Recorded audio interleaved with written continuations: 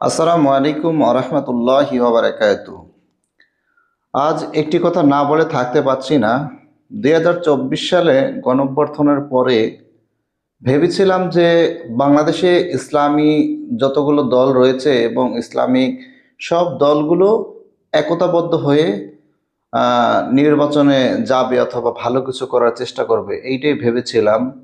আসলে সে ভাবনাটি একেবারেই ভুল। এখন দেখতে পাচ্ছি, কারণ এই যে আপনারা যে সুযোগটি পেয়েছিলেন, এই সুযোগটি আপনারা কাজে লাগাননি। আমি বললাম আপনি লিখে রাখেন, হ্যাঁ আপনি লিখে রাখেন, আগামী 50 বছরেও এই সুযোগ আর আপনি পাবেন না। লিখে রাখেন, আমি বললাম। কারণ যেই কাদা ছোড়াছুড়ি আপনাদের ভিতরে চলতেছে এখন, আর এই সুযোগ পেয়েও যে আপনারা কাজে লাগাচ্ছেন না, এই সুযোগ আর পাবেন না কোনোদিনও। আসলে আল্লাহ এগুলো বরদাস্ত করবে না। আলেম সমাজ আপনারা যেগুলো করতেছেন, এগুলো আল্লাহ কখনোই বরদাস্ত করবে না। তাই ভালো হয়ে যান, এখনই শুধরে যান। কারণ আল্লাহ ছাড় দেন কিন্তু কখনো ছেড়ে দেন না। ইসলামটা ভেসে আসে নাই।